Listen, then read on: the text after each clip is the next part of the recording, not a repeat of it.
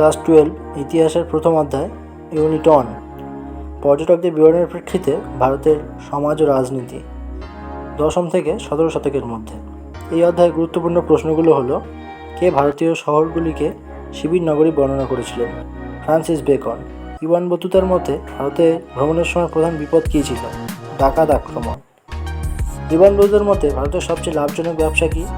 বস্ত্রশিল্প। ভারতের ডাক ব্যবস্থার পদবাহকদের কী বলা হতো? দাওয়া। 17শ শতকে ইউরোপীয় পর্যটকরা ভারতে আসতেন কেন? ব্যবসার সুযোগ সুবিধা অনুসন্ধান করতে।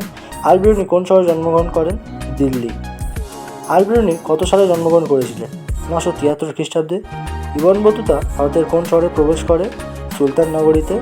ইওয়ান বতুতা কত বছর ভ্রমণ করেছিলেন? 30 বছর। ফাঁসোয়া বাহিনী ভারতে কত বছর ছিলেন? 12 বছর। ইওয়ান বতুতা কোন দ্বীপে 18 মাস কাটিয়েছিলেন? মালদ্বীপে। কোন ইউরোপীয় পর্যটক ভারতে 6 বার ভ্রমণ করেছিলেন? জ্যা ব্যাপটিস্ট টারভানিয়ের। তহককই হিন্দ গ্রন্থের লেখককে? আল-বিরুনি। আল-বিরুনি তহককই হিন্দ গ্রন্থ কি নামে পরিচিত? কিতাবুল হিন্দ। কে তুলনামূলক ধর্মের জনক ছিলেন? আল-বিরুনি। ইওয়ান বতুতা কবে সিন্ধু নদীর তীরে এসে উপস্থিত হন? 1333 খ্রিস্টাব্দে। আব্দুর রাজ্জাক কোন দেশের দূত ছিলেন? পারস্য দেশের। আধুনিক ভূগোলের মহান পিতা বলা হয় কাকে? মার্কো পোলোকে। স্ট্র্যাটিয়া দ্য মোগল গ্রন্থের লেখক কে? মানুচি। ময়ূর সিংহাসনের কথা কার রচনা থেকে জানা যায়? ফাঁসোয়া বাহিনী।